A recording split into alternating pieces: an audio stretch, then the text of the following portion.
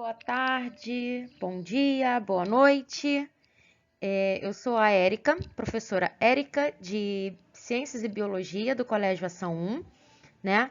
E hoje a gente vai fazer um resumo do nosso módulo 1, tá? Nosso módulo 1 que tem como título Investigando o Universo.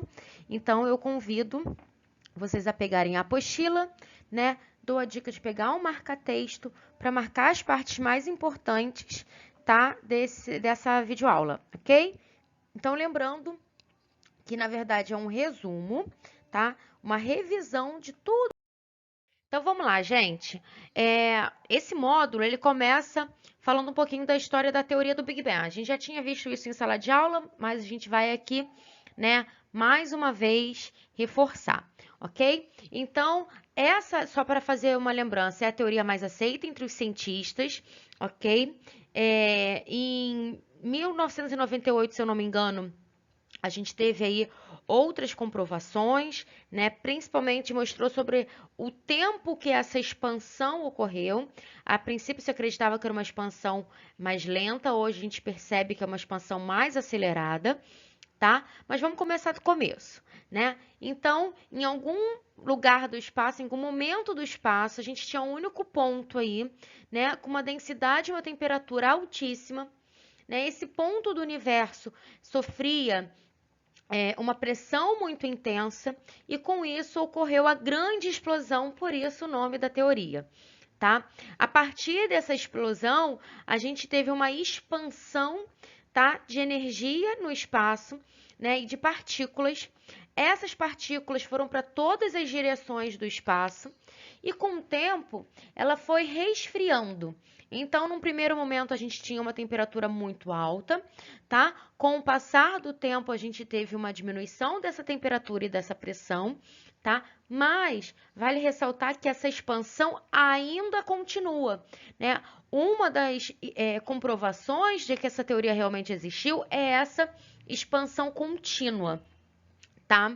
Então, a partir desse único ponto que a gente teve essa expansão, tá? E essa explosão, né? Na verdade, teve a explosão e depois a expansão. A partir de bilhões de anos atrás, a gente teve um resfriamento, tá? Esse resfriamento, a gente teve aí muita energia gerada, tá? Essa energia depois foi comprovada que a gente teve uma divisão dela, assim, relativamente homogênea, tá? E a partir dessa divisão dessa energia, a gente teve aí, né, a formação dos primeiros átomos, né?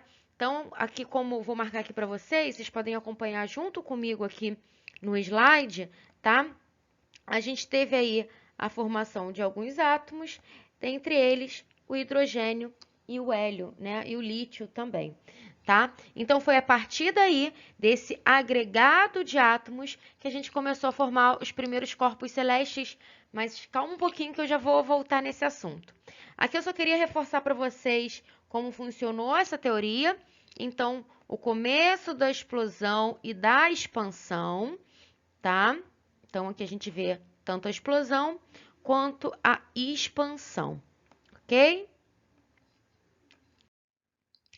E quando a gente fala, né, sobre a formação, a agregação aí de átomos, né, a gente começa a falar sobre as nebulosas, né? O que são as nebulosas? Então, as nebulosas, na verdade, né, são nuvens de poeira, tá? E alguns desses átomos, né, como o hidrogênio e hélio e o plasma, tá?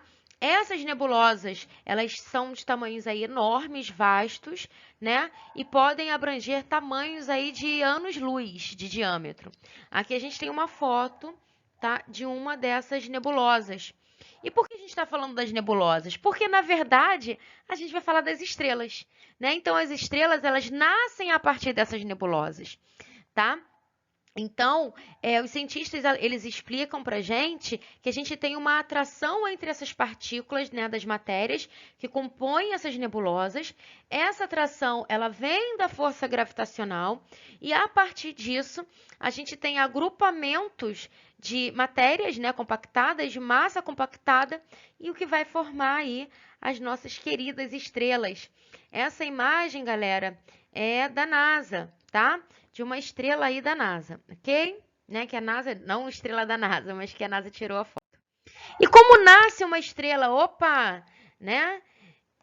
A gente tem aqui o filme, mas não é o filme com, né, com a Lady Gaga, não. Né? A estrela, ela tem o seu nascimento e isso vai ocorrer numa região do espaço que a gente chama de berçário estelar, tá? A gente tem vários berçários estelares aí espalhados, né, pelo nosso planeta, né, pelo cosmos, na verdade, pelo universo, tá? Esses berçários, né, são nuvens aí de moléculas, né, extremamente gigantes, que formam aquelas nebulosas que a gente tinha comentado, tá? E a gente tem uma agregação, tá, de poeira, gás e partículas. Então, a partir desses elementos, a gente tem a formação e o nascimento de uma estrela, ok? Então, como essa parte aí eu vou fazer agora com marca-texto, tá? Ó.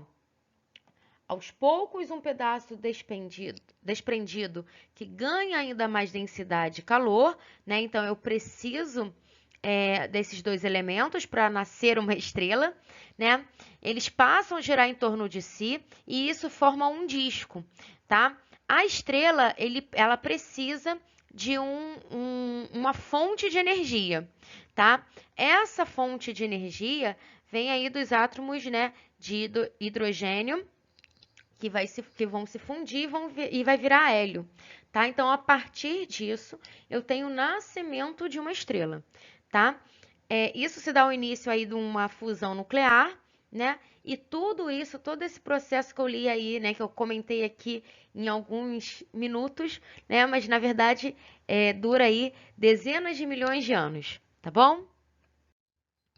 E se uma estrela nasce, uma estrela também morre, tá? E como ocorre a morte dessa estrela? Né? A morte da estrela vai estar relacionada, tá, com a redução aí dos átomos de hidrogênio que eu falei para vocês, que é o que dá o gás aí, né, a vida a essa estrela, tá? Vale lembrar que a morte da estrela, né, que esse processo, essa redução de hidrogênio vai do núcleo, tá bom? Até a sua extremidade. Então, vai de dentro para fora, tá? O núcleo começa a se resfriar e contrair. A gente começa a ter uma redução desse gás, né, do hidrogênio, e com isso a gente tem a morte dessa estrela, ok? Quando, né, durante esse processo a gente também da morte, a gente tem uma expansão dessa estrela. Vale lembrar, e isso vai ser importante para o slide posterior aí, para o nosso próximo slide aí, tá bom? Então, a gente classifica essa estrela de duas maneiras, tá? Elas podem ser gigantes vermelhas ou supergigantes vermelhas. Qual a diferença? A massa dessa estrela, tá? Quando eu tenho uma estrela, né, uma gigante vermelha, ela tem mais ou menos a massa, né, proporcional aí ao Sol, por exemplo, tá? E quando eu tenho aí uma supergigante, a gente tem uma massa relativamente grande, ou seja, maior do que a massa comparada ao Sol, ok? Aqui eu coloquei para vocês, né, como se dá esse ciclo aí estelar, ou seja, desde o nascimento até a morte dessa estrela. Tudo bem? E aí, se o Sol é uma estrela, será que o Sol vai morrer? Então, tem uma notícia péssima para dar para vocês. Sim, o Sol vai morrer, tá? Mas calma, fica tranquilo, que isso vai demorar aí em torno de 7 bilhões e meio. Então, tem bastante tempo aí, né, pra gente ficar tranquilo, ok? Isso vai acontecer como eu tinha comentado anteriormente para vocês. Então, o hidrogênio ele vai começar a diminuir, né? E a partir desse momento, a gente vai ter aí a morte do nosso querido e amado Sol, tá?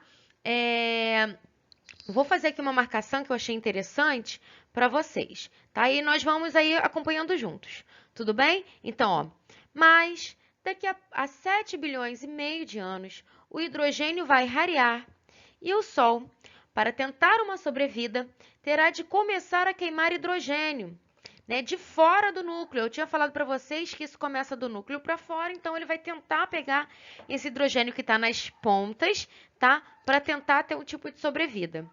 Além de consumir suas próprias cinzas, olha que tristeza, ou melhor, o que resta dessa combustão, né? Os átomos aí de hélio. Ok? Triste, né? E eu falei para vocês que quando ocorre isso, a gente tem uma expansão, né? Uma explosão.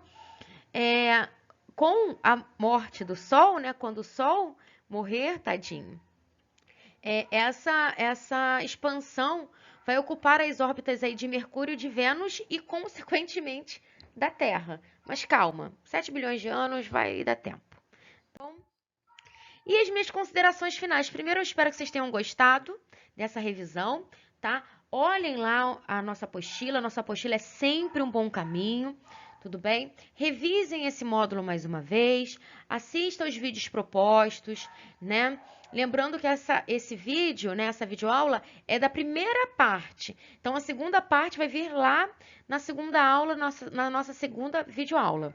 Tudo bem? Não esqueçam de fazer os exercícios do módulo 2, que já foi proposto e muitos não fizeram, tá bom?